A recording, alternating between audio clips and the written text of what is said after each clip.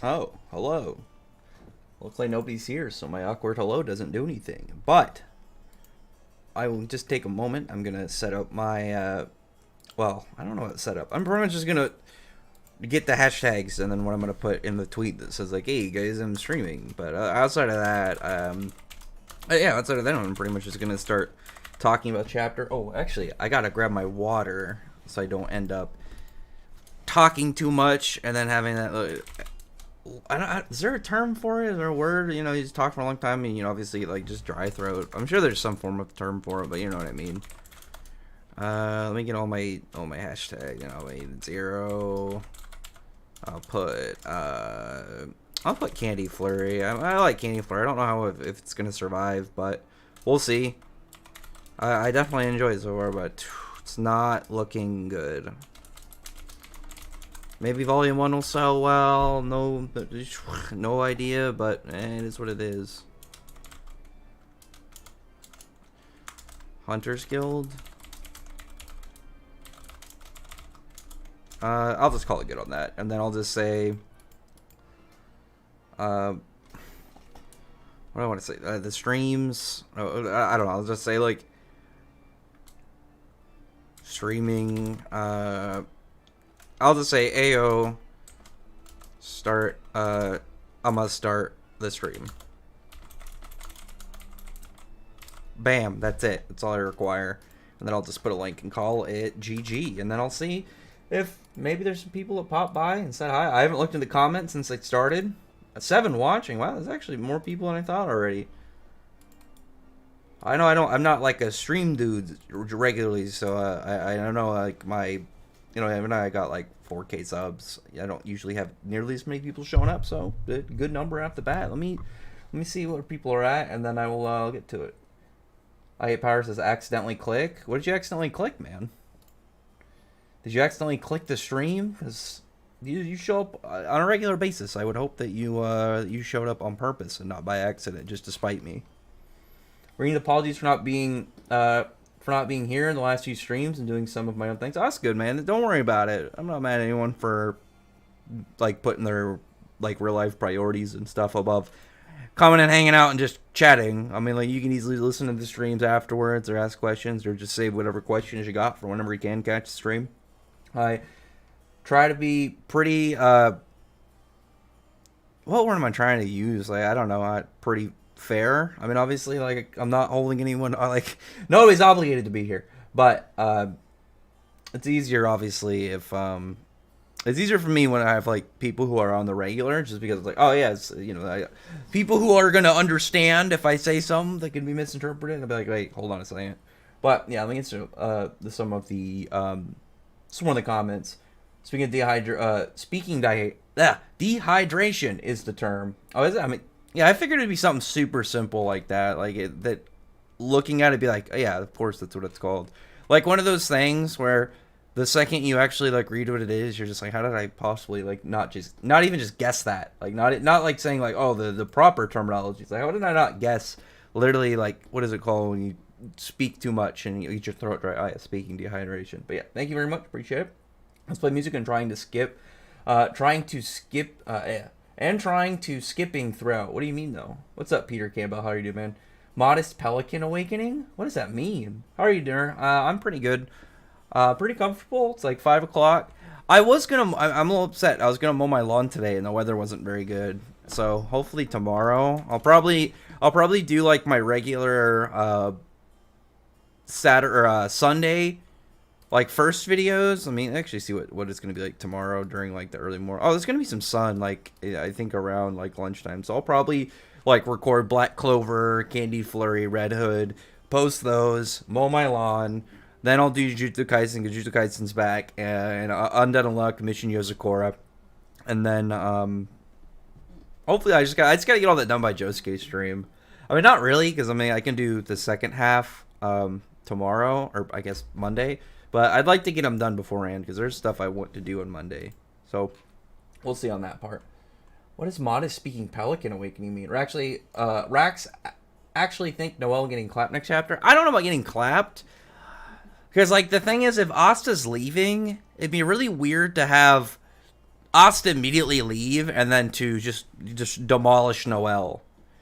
Like, it would just be such an odd situation for it. Like, I would like to see Megicula be very dominant, but I'm still on board with the idea of someone like Nozel or Dorothy showing up and just generally helping. Like, generally just being an addition to the fight and just providing support and, like, doing everything they can to help fight Megicula. I will say, like, if Tabata doesn't plan on having Megicula manifest during this fight, that there's no idea of killing her should be on the table. Like, I would be so upset if, like, he brings out Megicula. He was really cool devil. She's smart. She's shown, oh, anti-magic. This guy could be a problem. I should probably think about something to do with this. And then just to kill her off without her even being at full power, that would bother me. Like, if she gets out like, because other than using her whole setup to get out of her own accord, she'll have to wait for her gate. And, like, when her gate opens, obviously she's going to come out at full power. I would say, like, Megicula's smart enough that it wouldn't surprise me if she could figure out a way to get a grimoire or somehow take Vonika's grimoire. Because, like, Tabata has gone out of his way to show similarities between Zagrid and Megicula, and not just in some of the stuff, like, they both have super utility magic, like, you know, Word Soul and Curse Warding. They're intelligent. They both found out ways to get out on their own. The whole, like, you know, Zagrid having the mouths all over his body and Megicula having the eyes all over her wings.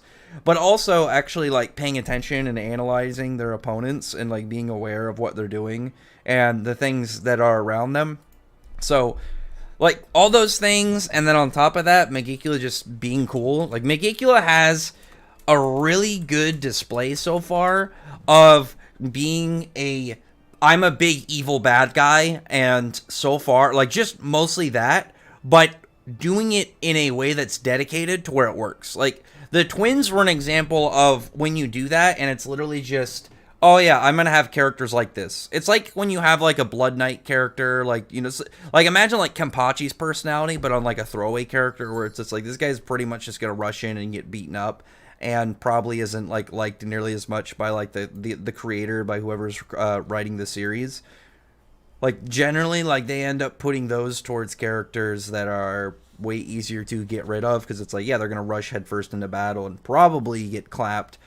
Whereas, like, someone like Kenpachi is an example of when you dedicate to that idea and don't use it just for, like, oh yeah, the twins, we're bad, we're devils, we're malefic and evil and whatnot. And obviously it makes sense with, like, the lore and stuff.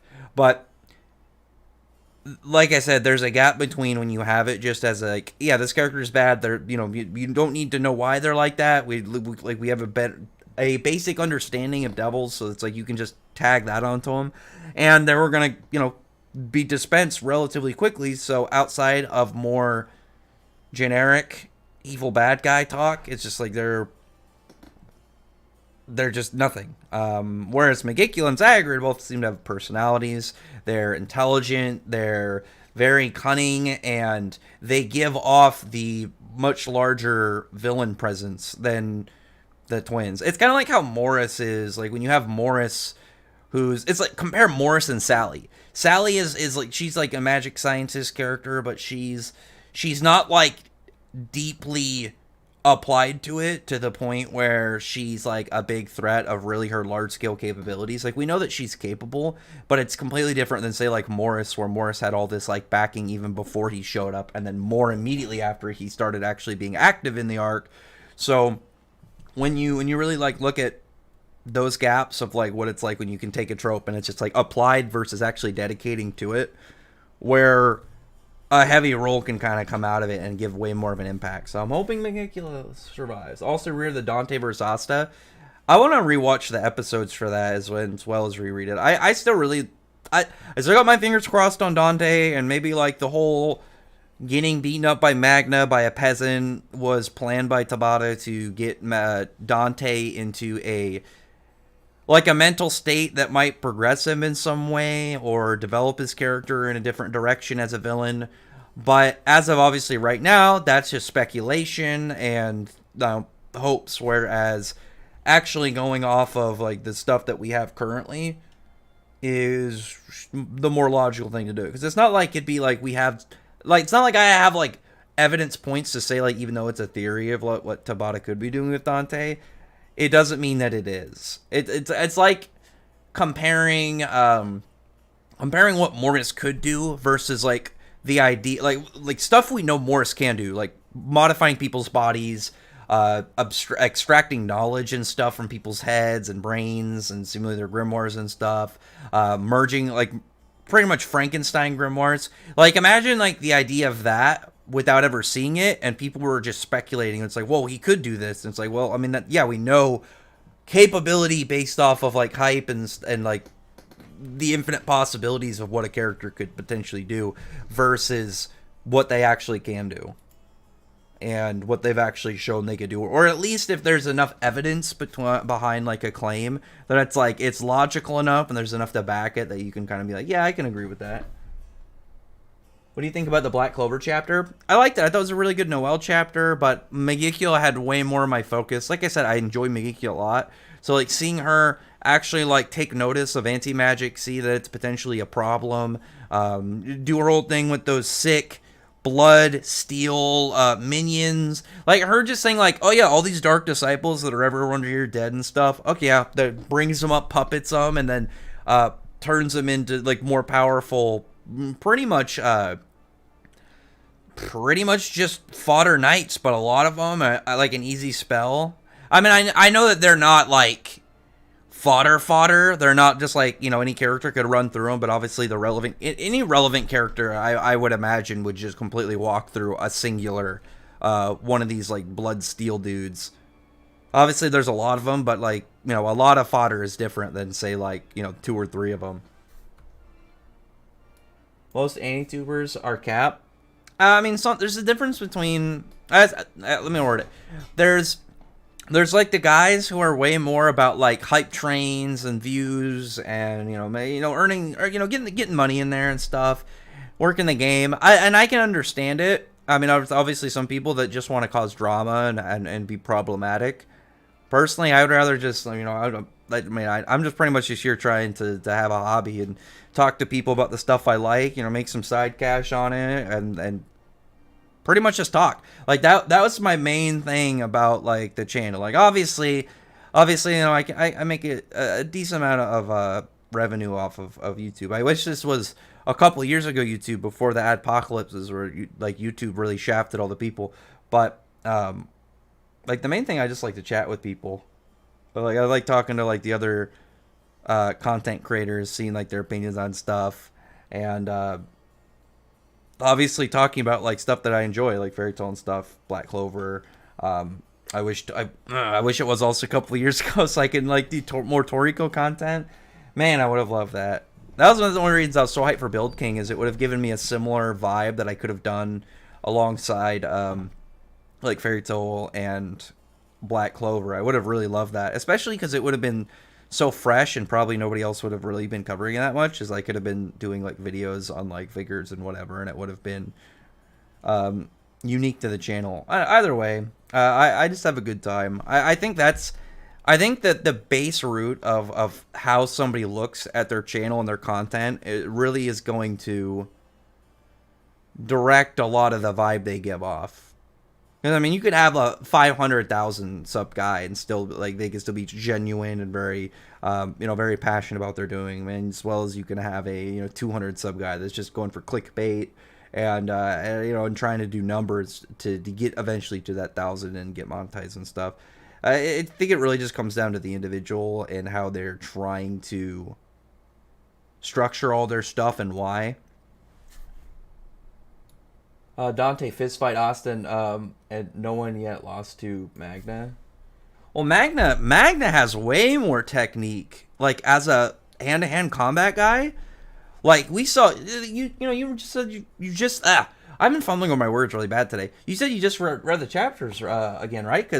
Or who was it that said that? Yeah, that was you. Because Magna was showing some good like footwork and technique. Like he had his guard up. He wasn't just running in and throwing punches just to throw fists.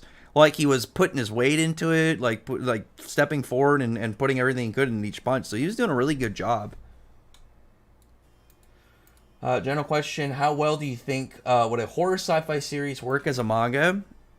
Horror sci-fi? That'd be pretty cool. Sci-fi is probably more of like the harder struggle, I would assume, to do than horror, because like outside of Eden Zero, there's not a lot of sci-fi series like as of recent that have been successful.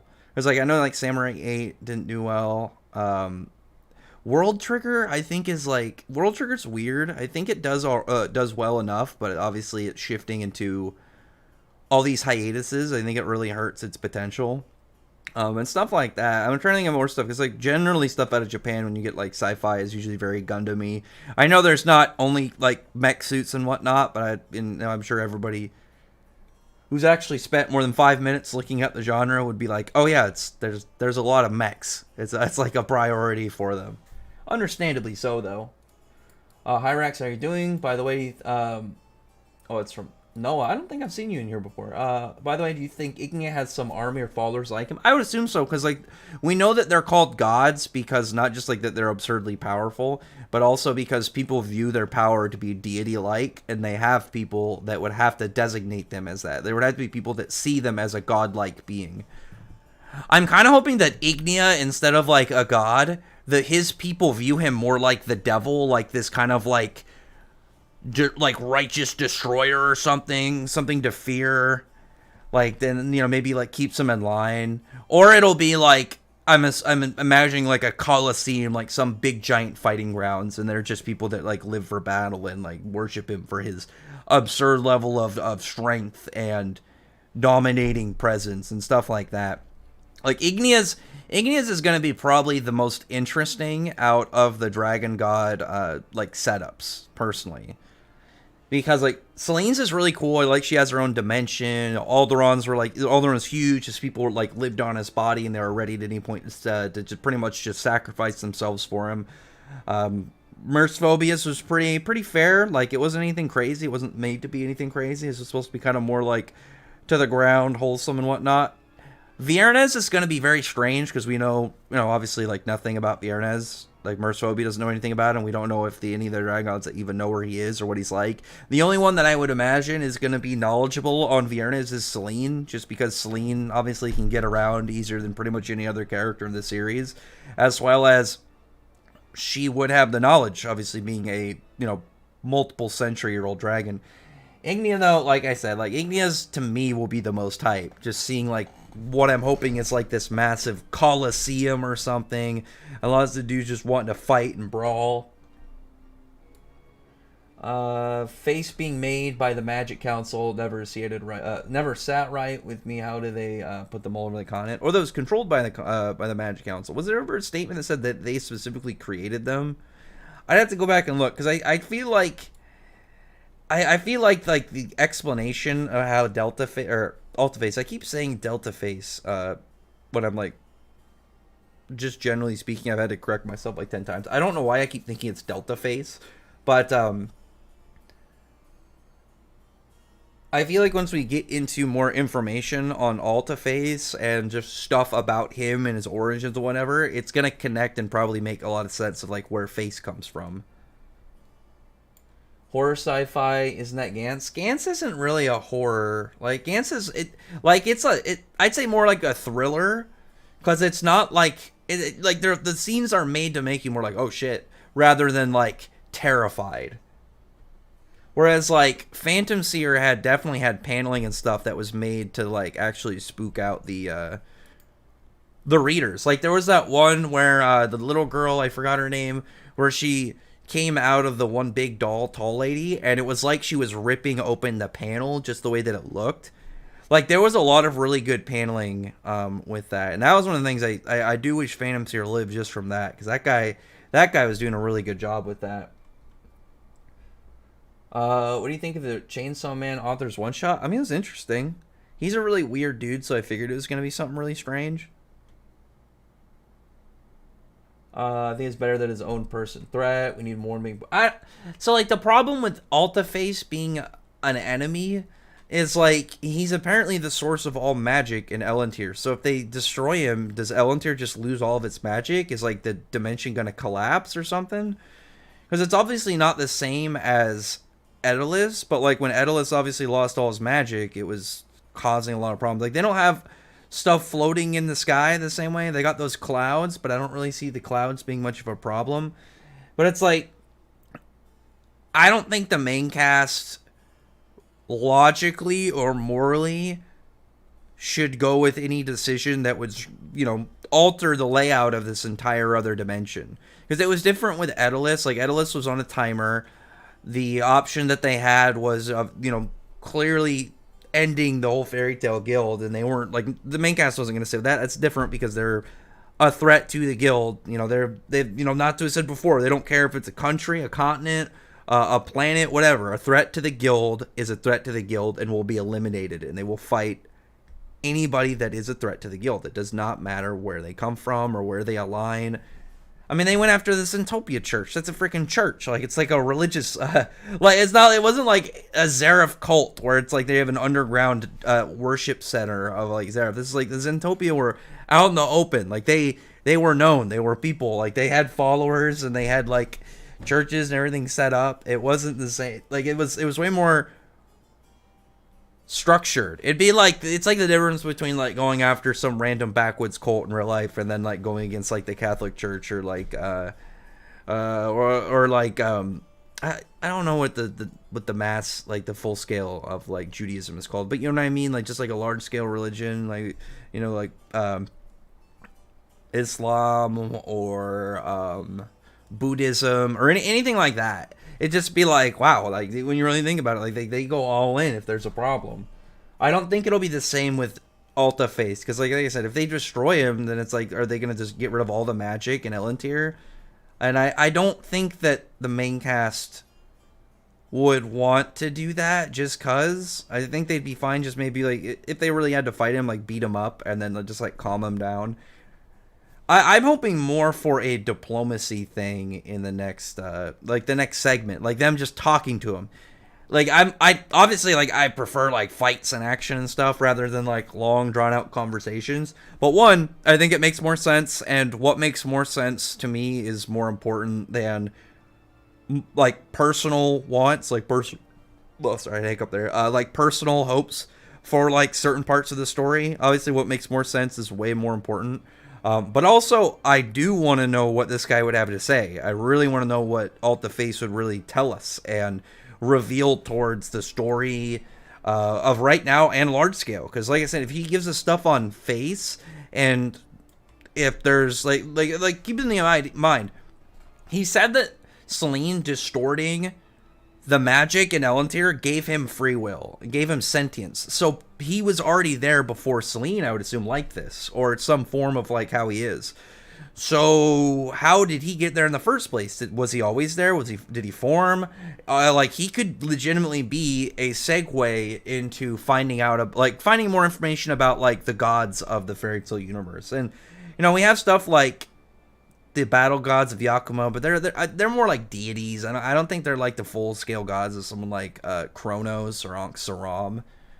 But seeing stuff like what could lead us to Ankh-Saram, that's a plot piece that I've been waiting for forever. I'd be over the moon just seeing what Ankh-Saram looked like. Honestly, I'd be just excited just to get like a silhouette, knowing that his design exists somewhere within Mishima's brain. I know there are some things better left unshown in series, but like Ankh-Saram is just we don't need to see every god or like every single thing in the series. Like stuff like the Abyss of Magic or the One Magic, those, like, as interesting as they are, I would be fine with not seeing those by the time the story ends, because like I said, some things left vague are fine. Whereas Ankh-Saram is so important to, I think, the large scale story just from connection to Zareth. And then Natsu having that part with, like, obviously, like, knowing about Zareth's curse, understanding how it works, understanding that it wasn't something that Zareth himself chose upon himself, and how he definitely has, like, a level of understanding on that, but also, like, he looked very sad and a little bit upset over just thinking about, like, what Zareth went through, and obviously, like, how it, like, related to him. So it could be a line that will lead to like Natsu confronting Ankh-Saram, because logically despite Zareth not being around, Ankh-Saram existing, even if like they don't kill him, if they just kind of like go and deal with him being around means there can always be another Zareth. They can always be another Mavis. And I don't mean just like specifically the characters, but I mean like people cursed by Ankh-Saram to have these immortals. And on like, I know Zareth was a prodigy, but like all it really takes is that idea of like, wow, I have this, I'm immortal and I have all the time in the world. I guess, I could get OP. You could literally, someone could learn every magic. You have the time for it. You can learn curses as well. You can learn spiritual arts. You can literally learn the whole power system. You can figure out every single dragon slayer, god slayer, devil slayer attribute and learn how to do those.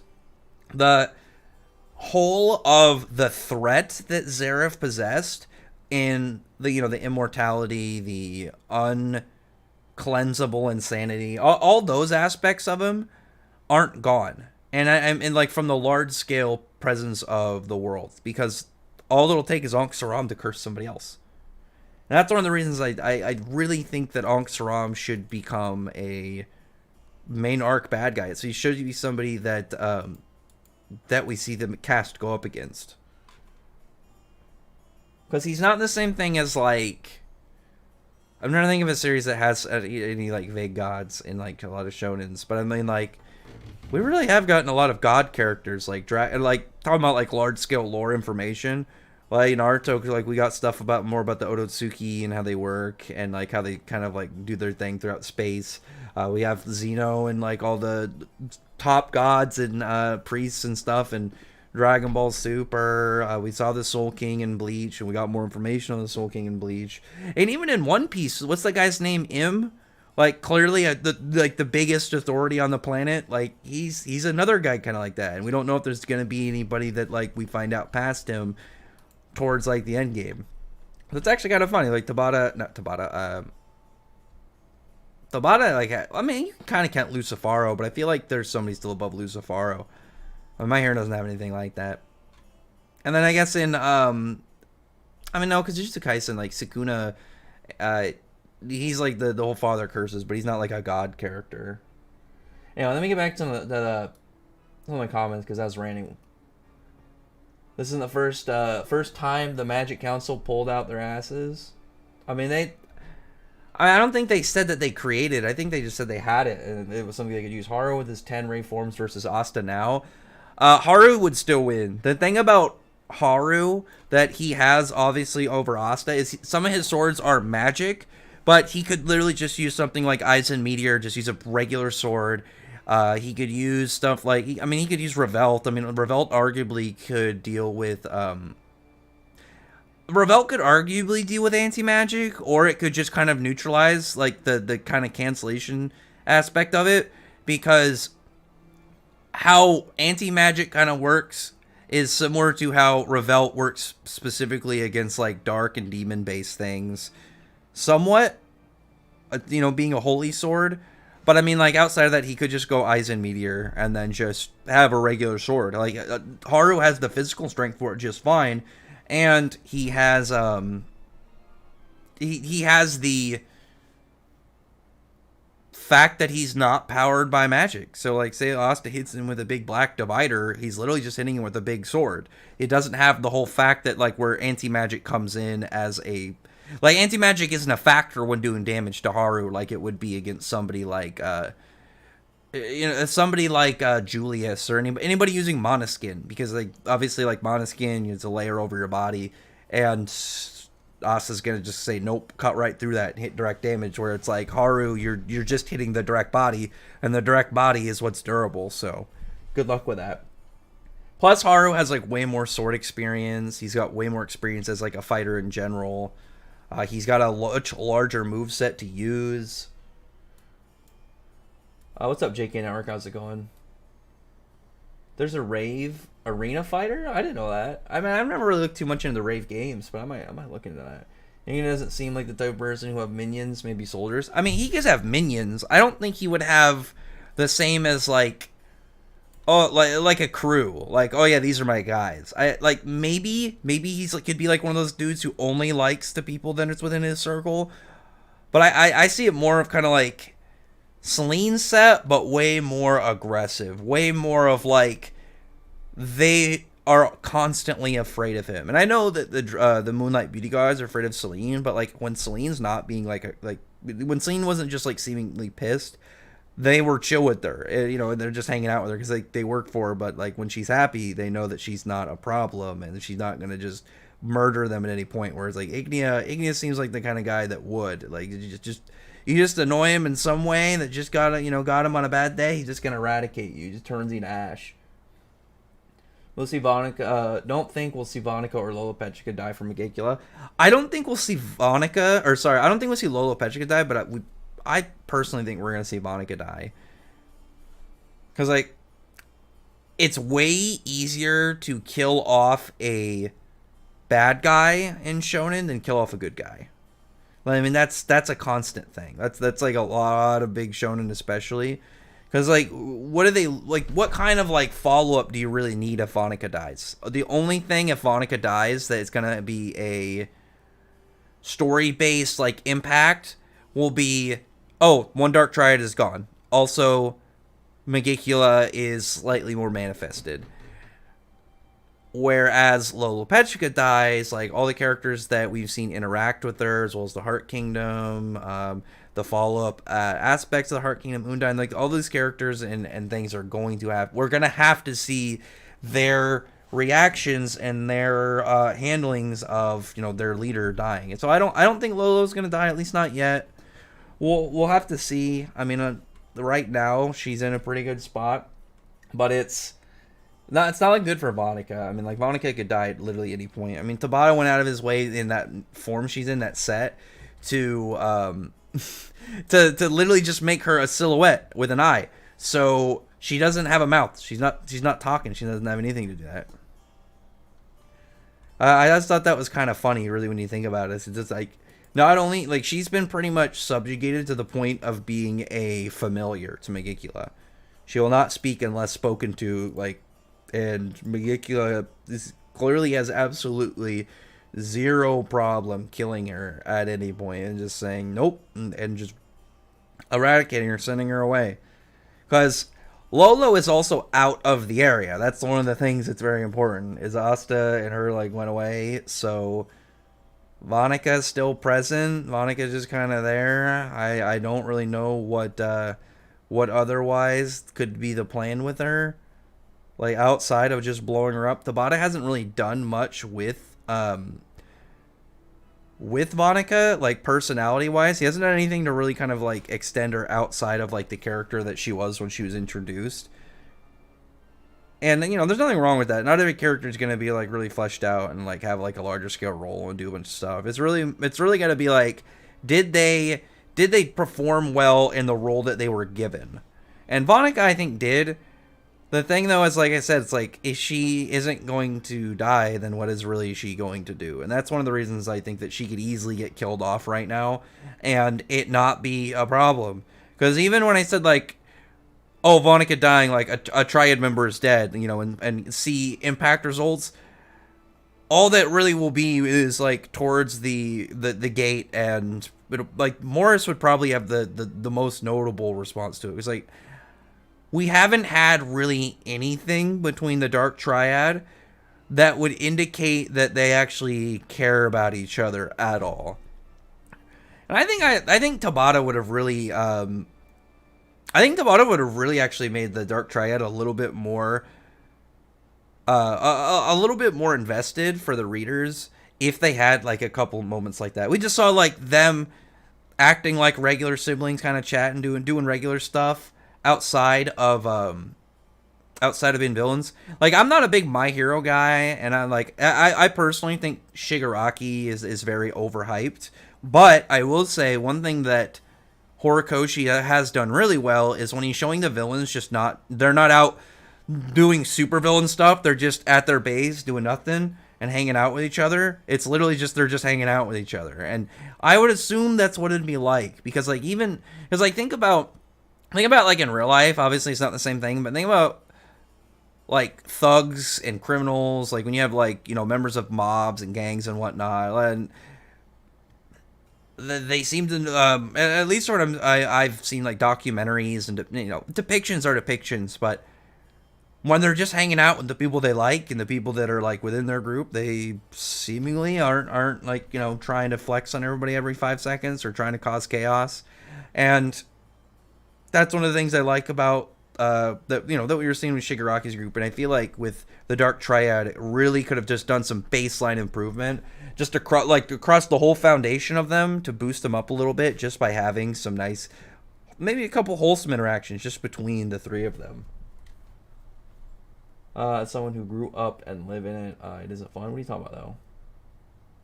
Oh, wait, what? Oh, you're talking about, like, the people want death? I can understand the idea of wanting there to be character deaths. In scenarios like this, I think, like, yeah, we can get some character deaths, just because, like, we know it's a very severe situation. I don't expect characters to die off left and right. Like, this isn't a shonen that does that. Like, most mainstream shonens don't kill off good guys all over the place. Some do, but Black Clover is not one of them. Like, a lot of Shonen Jump is not them. A lot of the big mainstream shonen, like I said, you'll get a main character, not main character, you'll get a protagonist aligned character killed off every once in a while. And I personally, I like that more when it's done in a way that is it's supposed to set you up so you don't see the death coming. It's way more eventful, just a character dying, as well as like it'll give you more time to get invested. It'll give the writer more time to get like, oh yeah, hey, you should like this character for whatever reason, and then you get attached to them, and then they die. And you don't get something like Neji where it's like, oh man, I really like Neji, and then like 10 years later it's like, oh, now he's dead. Wow, it's cool that there was a 10-year gap between when I was first introduced and really enjoying his character versus now. How far are we in this stream? Let me see. I haven't done any shills yet. 37 minutes. Oh, let me do a quick shill and then I'll get to the comments. I know I'm behind. Reed Mashal, I agree. What's up going on, bud? Egan Medias is hello Rex. How are you doing? But let me really quick. Everybody that's here, we got 25 people. I'd really appreciate it. We got 9 likes and 1 dislike. That 1 dislike, I appreciate you, but I would really appreciate it as well if we can get some more dislikes in the chat. Maybe get a couple more on those. Anybody who's listening that hasn't subscribed, if they could subscribe. Anybody who just feels like it's not required, you don't gotta. But if you like, send a super chat or send a donation in through Streamlabs, I would very much appreciate that. But like I said, it's not required. It's obviously all donation. It's fully up to you. But you will have my gratitude if you do. Just know that. I mean, I guess anybody who shows up and is not rude has my gratitude. But you know what I mean. There's an extra appreciation, either like $1 my way or whatever. But you don't have to. Let me see. Let me scroll up and well, actually my other one still has everything kind of like set. I was gonna go scroll up and stream up, so like, wait, I have my YouTube tab. I already have everything there. Josuke showed that the Jiggle Butt Gang are too OP. I mean, those are gag characters. I was like, man, you're really reaching for this one. I actually haven't watched that last half hour. Like, Josuke actually had a pretty short stream. And I had a phone call, so I had to get up and leave for a little bit. And I came back right as literally he's doing his outro. And I was hoping that he was just doing one of those ones where it's like he's just, the chat said something that agitated him. So he's like, hey, man, I'll end it. And then he doesn't. But no, he ended it. And I got to figure out what went down during my absence at some point. At some point, I'm just going to go in and listen to find out what mysteries were shared during my time away from Josuke's stream. Oh yeah, this one. Your brain is lagging. Yeah, mine's a little lagging too. One day I hope to write an isekai shonen series. Someone destructs both. What are your tips to successfully deconstruct both genres? I mean, I honestly, I don't really, I wouldn't say you really got to deconstruct anything. The only thing I would really say is just figure out what works for each of them, and figure out how to capitalize on those like the most. But try and do things in your own way.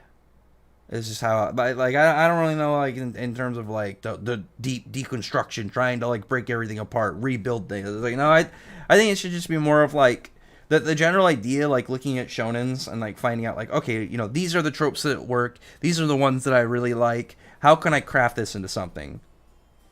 Because that's personally how I think about like the ideas of like creating stuff, and I think it works way more naturally than feeling like you have to have a fixed goal just going into it. And, you know, that obviously you do what you want to do. This is just my my general take, I'll say. Whose prize is more damage? Dante losing to Peasants or Celine almost losing to Suzaku? I mean, Celine. The difference between him and Celine wasn't talking a lot of shit beforehand, and didn't like get caught in something like what Dante did. Like Celine's is more of like Suzaku busted out his biggest move. You know, like we know, dragon slaying magic, how it can affect dragons. Celine was in her base form. Dante had the whole fact that he literally talked shit to Magna for a bit, and then stood there and got caught in a hacks, and then after that, he wasted his magic on the gravity magic, which wasn't working on Magna. Like, after that first presence of the Demon King, he shouldn't have bothered. He should have amplified his body to give him way more physical strength and just pummeled him. Because the thing is you can equalize their magic, and they can have that same baseline level of power that that they're kind of doing in their attacks. But Dante has the fact that he can amplify his just base physical strength and attack.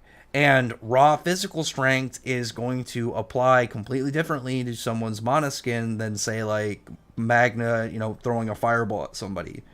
Because like a fireball, an explosion, it's still mana-based. It's still a mana-based attack. So mana skin has a way to combat against it. Whereas like raw physical strength is just going to hit the body. It's just going to, he's going to be getting body shots, pretty much just smacking down on him. And Dante had way more of an opportunity of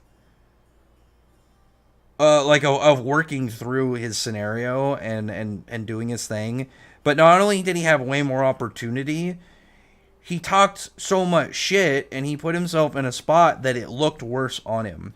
Like if Dante just lost, I'd be like, okay, whatever. But he both of the times he was facing defeat in the series, it was around a time where he was really, really like just throwing shit down at his opponent verbally. And with Asta and Yami, completely different, but it's like, man, like imagine if he just decided to take Magna seriously for literally one spell, took him out. Because logically, outside of the Soul Chain, the gap between Dante and Magna is immense.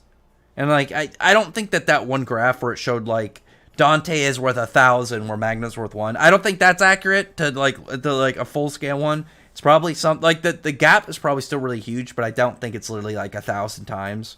But Magna was absolute fodder to Dante. Magna was fodder to 60% Dante. This is 100% Dante with amplified body regen modification. So he could have won that at so many times, literally just by flexing his power. But he decided to be too cocky, and that was his fault. Celine was being a bit too arrogant and stuff too, and she got caught. But Celine was against an opponent that actually could hurt her and was actually able to keep up and like contend with her. Because like there were parts where obviously like Suzaku was like completely astonished at how fast Celine's attacks were and stuff, and like the amount of power that she was outputting in there. And then we know that she wasn't even close to her like max power, but Suzaku was still baseline somebody who had the potential and capability to damage her. Granted, I didn't think that he was going to be able to do as much damage her as he did. But that was more because, that was his all-out biggest move. The only thing that really would be above that is Dragon Force. So obviously we know about Dragon Eaters, Dragon Force, and how there's a setup. But when it comes to just like the variables in there, it's way more believable and way more understanding versus like Dante, who is just like, dude, what are you doing? Like that, an easy comparison gap. It's like if you have like a champion of UFC against a guy who is like, he's an up and coming guy. He shows a lot of promise. He's clearly like, he's got wins under his belt, and the champion gets arrogant, messes up, and loses. Versus like the champion goes up against some high school dude who watched a couple matches and decided that he wanted to become an MMA fighter, and this is like his third match in the amateur league, and somehow goes up against the champion, and then the champion messes up. and completely fumbles like the match. Like it's a completely different scenario when you look at so many areas of it. The only similarities it's like that they got caught. Those were L's that they shouldn't really have taken. Like Celine still had the ability to do stuff. We saw her make a portal, but I think we're about to get like a big reveal about like generally understanding Celine, her powers, and like her large scale kind of arsenal and capabilities in general. Whenever we see where she went. Because one thing I mentioned in my review that is very vital that people have to keep in mind, Celine is not in Ellentir anymore. I thought she was going to go back to Mount Blackmoon and she was going to go to like her hot spring and it was going to be revealed. It's like, oh, well, her whole big open bath, it like has healing properties. Like I was saying, it's like it could have been like a Lazarus pit type situation. We still could get something like that, but it was very clear that she is not in Ellentir. So she's not in this dimension anymore. She's gone. So where did she go is like the big question. And I can't wait to see where she's at. Like she has to go to some form of personal base, some form of personal kind of like lair that she has, whether it's in somewhere completely new, a pocket dimension, or somewhere in Earthland. She could literally have gone to the moon, and maybe she has like a nest of some kind in like the core of a moon or something wild. What's up, Kill West? How are you doing today? You change your name. Oh wait, why did I hate Power? What was his name beforehand? How far would Natsu get in the gourmet world? The thing that Natsu does have is he has hacks. He has the hacks to compete with some of the bigger people, but it's when you start getting like the 8 Kings, like Natsu can't really do much. His Dragon Force can do stuff to some of them, but it's like it's a limited. It's like when I was like saying before, like his fight against like August. Natsu through Fire Dragon King mode isn't doing anything. Dragon Force, yes, but Dragon Force is a limited, specific form that afterwards he's done. Like he would need Dragon Force to go up against someone like Bambina, but it's like he would need that just to go up against Bambina's like regular output. And he has the capability of killing like relatively anything in the gourmet world. Not talking about like going out into like space, like when it was like the giant space snakes or like the star mammoths and stuff. Well, it's like talking about stuff in the gourmet world because stuff like general hacks, like burning concepts, like how powerful his purgatory slashing dragon fire would be, plus its internal damage, plus it would burn like their energy source or something like appetite energy and stuff wouldn't really, like it would get completely burnt up by Natsu's fire. But like I said, it'd be one of those things. He like if he went up against any of those guys, he would lose probably more often than win, because like in Bambina is like the easiest example. Natsu versus Bambina is like Bambina can kill Natsu in multiple scenarios in multiple different ways, whereas Natsu would need either Dragon Force or Savage Dragon Fire to defeat Bambina, pretty much. He would have to get that Dragon Force, friggin' Purgatory Slash and Dragon Fire Punch, a direct hit on him, or he needs to get a direct hit with his Savage Dragon Fire. Outside of that, like, he can't really get far. Well, he can't clear. Like a lot of like the smaller ones, like he's gonna do fine. Like things destroying countries and mountains and whatever. It's like he's gonna run through it. Not a problem for where he's at now. How's your internet lagging? I don't know. What provider do you have? Remember when the whole Noralities stuff? But it's done. It can look and laugh at without any tube apocalypse happening. I don't remember Noralities. I don't know what that was. Does that have to do with the adpocalypse? Iron Nancy has fewer subs, yet always more views, which proves Mira Gray. I mean, cool for him. I don't really care about views. My name is always I Hate Power 45. Yeah, I think you're thinking of someone else. Or actually did some search, and turns out Fiore is like the smallest country in Ishgard, but it's like the biggest country. It's bigger than the whole continent. And it's like this. It's a little bit smaller than Russia. Last time I checked. Like it's a fair, like, just think of because it's bigger. It's bigger than the USA. Maybe it's like I have to look at like the dimensions in Canada, but just think of kind of like Russia in size. But yeah, it's huge.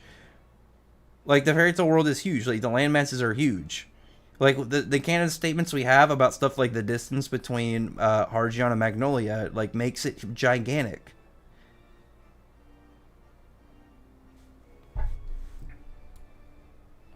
Isn't Rogue the cheapest Slayer around? What? Why would he be? I wouldn't say. I don't really say that Sting did better with it. I mean, that's completely different because he had Rogue's power on top of Sting's power. That's like counting Future Rogue for Rogue. I mean,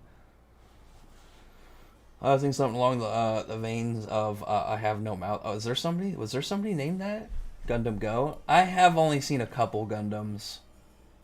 Like I haven't seen a ton of Gundam. I've never been a huge sci-fi guy. Like I do like sci-fi, but like I said, like when it's 99% Gundams.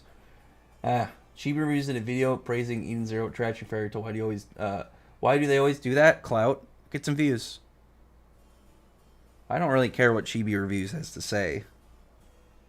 Like I don't really care what like random folks that I don't talk to or don't associate with really have on like stuff that I like.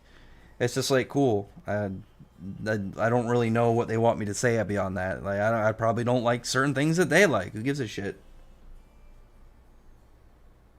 Yeah, chapter 100. What is that? So actually, when will that be? 12 chapters, 24 weeks, which is like a little under 6 months. So will we have it by the end of the year? Let me see. Hang on a second. Let me count the chapters.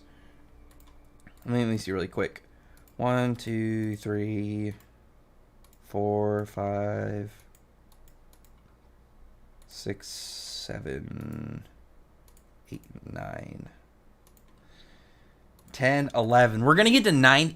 Assuming there's no breaks and there's nothing like when we had the Heroes period where we were getting like 100 Years Quest chapters at a weekly. We're gonna end the year on December 28th at chapter 99 of 100 Years Quest. That's gonna be wild, right? I started watching your live streams last week. They were all fun, especially the tier list. Oh, thank you, man. I appreciate it. I mentioned a couple times in my streams, and I stick with it. My goal in my style of stream is you, like, literally, somebody's like, man, I got to vacuum or do, fold laundry or dishes. And you're like, man, I wish there was something to, like, listen to. And then you see, like, a notification pop up. Like, that's the goal for me. I don't want to be, like, crazy freaking stream monster man. Like I just want to like have like a pretty chill stream and just chat and like I said have like a nice kind of passing of time while people do chores or whatever in the background, because I think that's way more chill. Like one of my favorite YouTubers, I usually he uploads around like when I go to lunch, so I usually just watch one of his videos when I eat. So it's just like sweet, man. It's perfect timing. Like the content.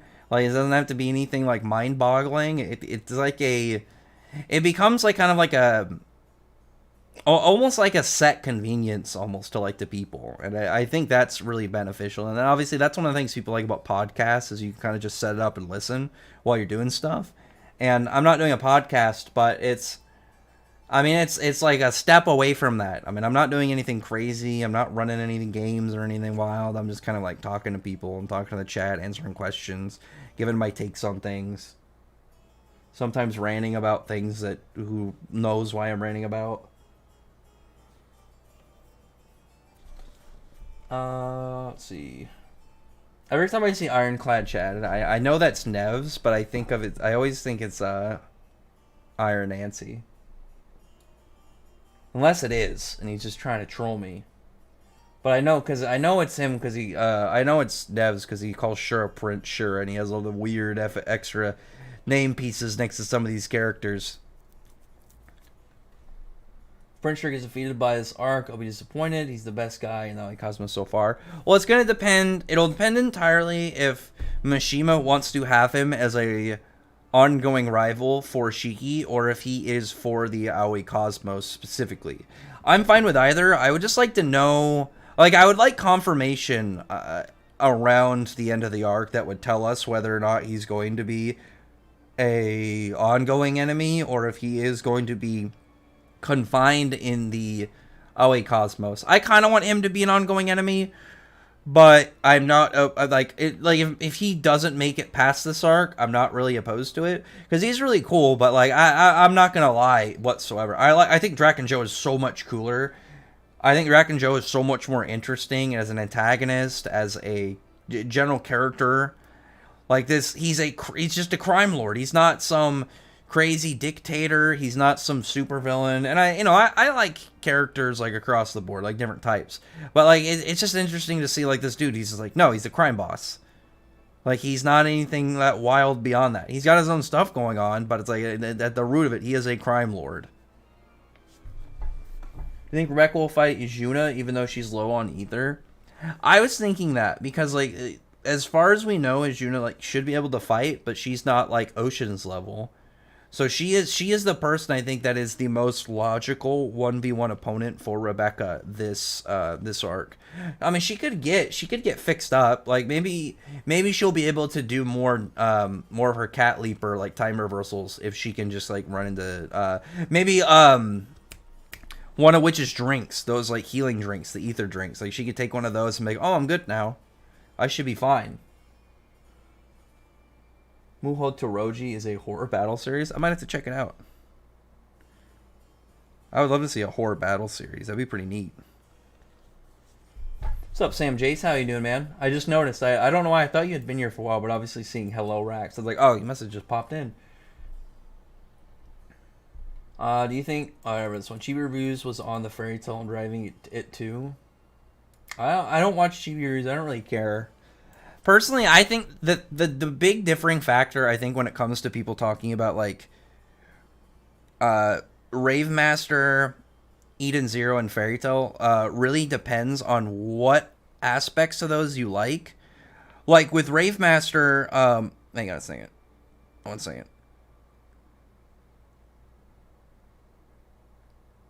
Hang on a second. I gotta type a message real quick. Someone was getting a phone call. I gotta up. How long have we been streaming for? I think it's been like an hour. Let me see. As I don't like to do streams under at least an hour. I don't know why. I get OCD about it. I want to catch up in the chat. One second.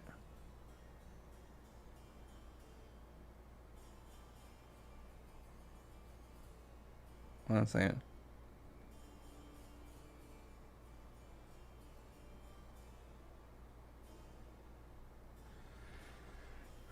Could Julius beat Natsu? No, there's really nothing Julius can do because like Natsu can burn every single spell that Julius does, and even if he gets Natsu in chronostasis, Natsu's gonna break out. Like Natsu, not like everybody in the main cast, as well as Jalal and Merity, are pretty much immune to time stop to like the degree of full time stop, like full scale time stop. But also, like, Natsu is just immune to time stop for who he is. Like, I don't want to go too much into it. Like, everybody should know that that is caught up on the series. I feel like there's somebody in there that might not be, and if I spoil something like that, I'm really sad for somebody.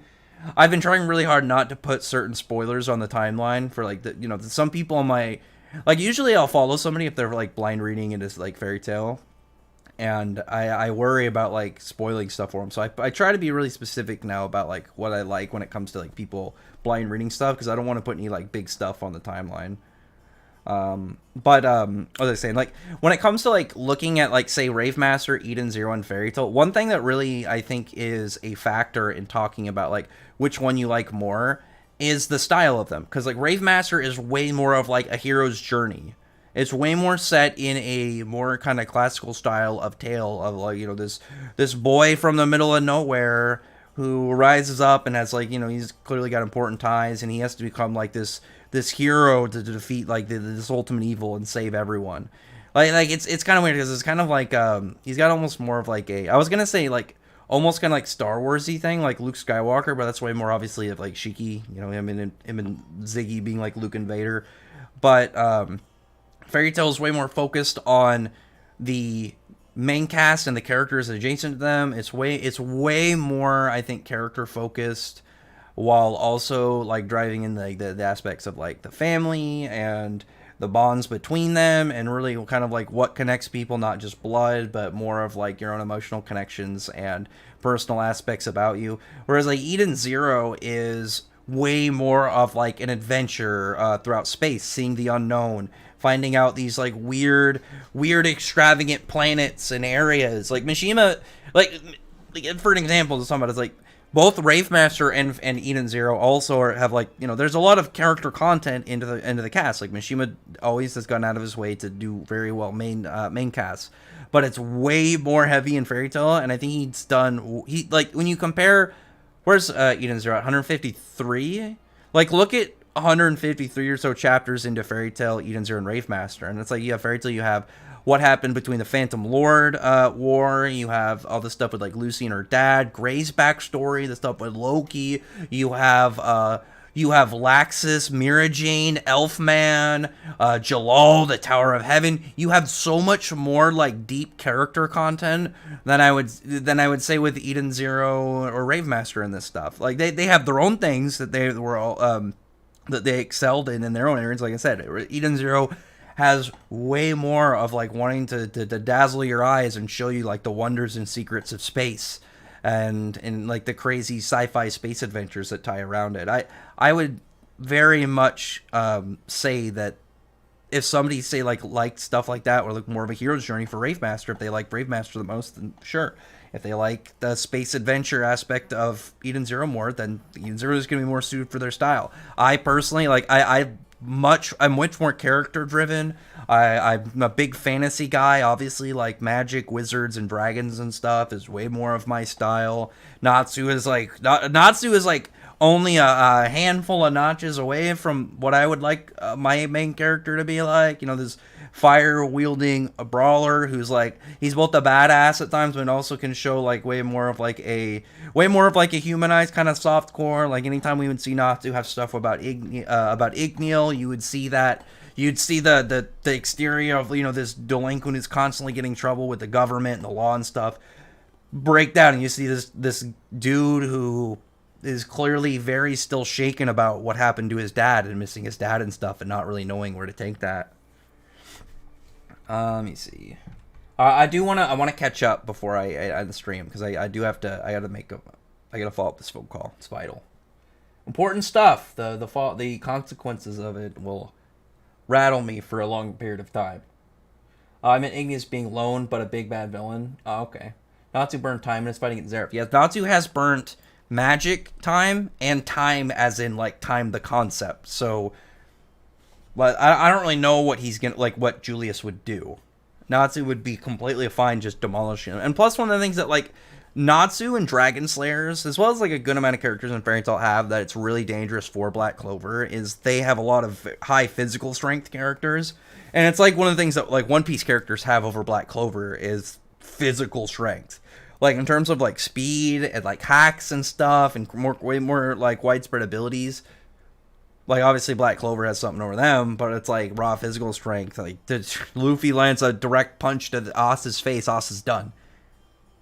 Zeref was only known in Fiore and his empire, nowhere else. I mean, other people knew of Zeref, but it's not like it's not like modern day where it's, like, obviously some super legendary black wizard, everyone know about it. Like, you're still gonna run into people that don't know about it. Like, there were things hidden in history within their timeline for a reason. That's why, like, you have something like Lost Magic being called Lost Magic. I kind of like this style. I have, like, my Streamlabs slightly ahead of where my YouTube chat scroll bar is at, and so I keep looking back between them. Evander Georg never heard of Fairy Tail. Well, he was on a different continent. But, like, we don't know the information about, like, widespread world distribution. Because we know stuff like Weekly Sorcerer and stuff, like Sorcerer Magazine. Oh, no. I feel like I'm getting up. Sorcerer Magazine. Weekly Sorcerer is the... Man, this is going to bother me. I'm getting, like, the website, like, the fan translation site, and the actual in-series magazine mixed up, and it's going to bother the hell out of me. I'll look into it later. It's not enough that it's really... that's going to, like, strike into my core. It's just going to agitate me a little bit. But it's like, they're not going to... Like, everybody's not going to know about this kind of stuff, because it's not like... the internet. Like, think about like the idea of if you know, if there was not the internet and you have some random dude in some small country, and it's like he's not gonna know who like Stalin or Hitler was, like if they didn't tell him directly in like school or had the internet to look up. Like he's not gonna go out of his way to try and find out about like these horrible people throughout history.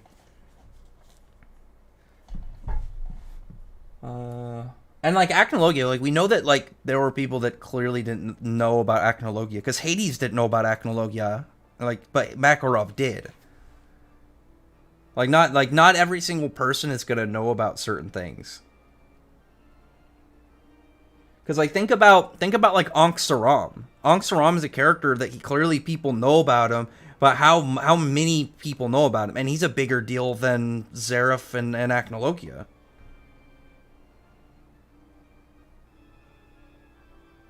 Not something talking about Julius would speed blitz Natsu. No, he doesn't. Natsu would run through Julius so easily.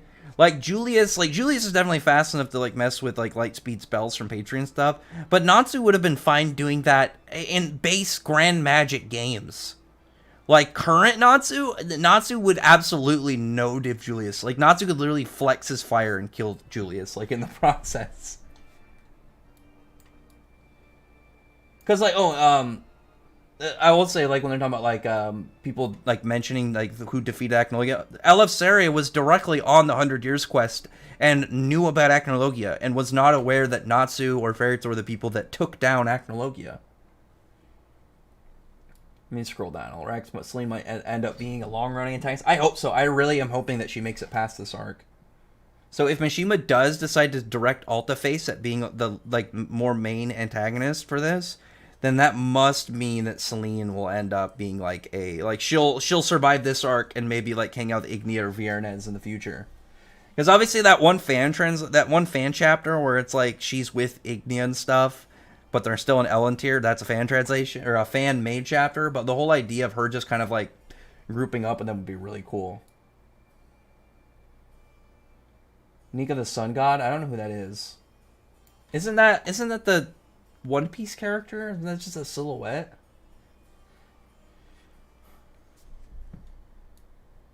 I wish I streamed earlier. I didn't have as much time today. I feel a little bit bad about it because I had an appointment I had to go to, and then I got to make a phone call short in a couple minutes. I got to just finish up this stream, and then I got stuff that I got to do. What's your top antagonist groups in anime? We'll have to discuss that for a different one. Maybe I'll do like an antagonist group tier stream. That would probably be pretty cool, actually. I'll keep that in mind, though. Maybe that'll be it. Maybe I'll do something like that for the next one.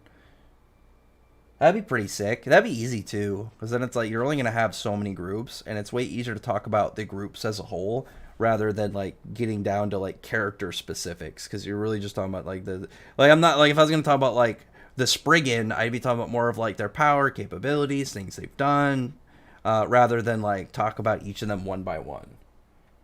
Kodama Magic versus Light Magic, which you choose? Oh, Word Soul Magic. That's not even close. Word Soul Magic is like definitely one of the coolest ones in Black Clover. Red is going to be fire this week. I can't wait to see how that's going to Rex. I'm guessing you've seen Eden Zero spoilers. What's your opinion on him? I don't really have any like major opinions on him this week. Like it looks cool, but like there was nothing from the spoilers that really kind of made me like want to talk about anything. Like if we got like Jin Overdrive, different story. I know Jin got hurt, but it's not the same thing for me that I'm like, Father from Mashle could beat Prime Julius. The only thing I would say about that fight is like Mashle needs speed feats because like speed of sound was already formidable. I mean, granted, like the gap between Father and like what I can't remember the dude's name, the sound dude, is massive. We just need some speed feats from Mashle people because obviously Father now has multiple magics and he's busted, but. There's got to be some stuff later that I think will really drive in like the comparison of like where those characters are at because Mashle has good hacks. Like these last couple chapters have given some really solid hacks, but they just don't have any real speed feats to compete right now. Obviously, they're only like 60-something chapters in, 70-something chapters in, so you know it's not the same thing. Oh, is that the guy? Neuralities was doing a YouTube crusade. Is that one of the dudes that was causing a bunch of bullshit drama? Man, there's so much stuff I really wanna I want to read these comments, but I have to make this phone call. Any comments that you guys have that I didn't respond to, just ask me either on Twitter or in the comments of this stream in a second, because I'm gonna end it in a second, and I'll answer them. Like if you have something that I didn't answer, I just put literally once the stream's over, refresh it, drop it in the comments, and I'll respond to it in a couple minutes. I have to make a phone call. Otherwise, it's like I would have to stop the stream and then come back in 45 minutes. I could try that, but I don't think it would really work. So just drop the comments in here. We'll make it a shorter stream today, and I'll get to anything. If you want to ask me again on here or Twitter, I'll respond to it. I'll respond to all the comments that drop in this chat, because again, I feel bad. I don't like to skip over stuff, but I have to for today, and I'll make up to it. Like I said, anything you can, plop it down in the comments, and I'll get to it. But anyway, other than that, they'll comment below, and like I said, and I'll talk to you guys later. Chapters tomorrow. Look forward to those. It's gonna be good stuff.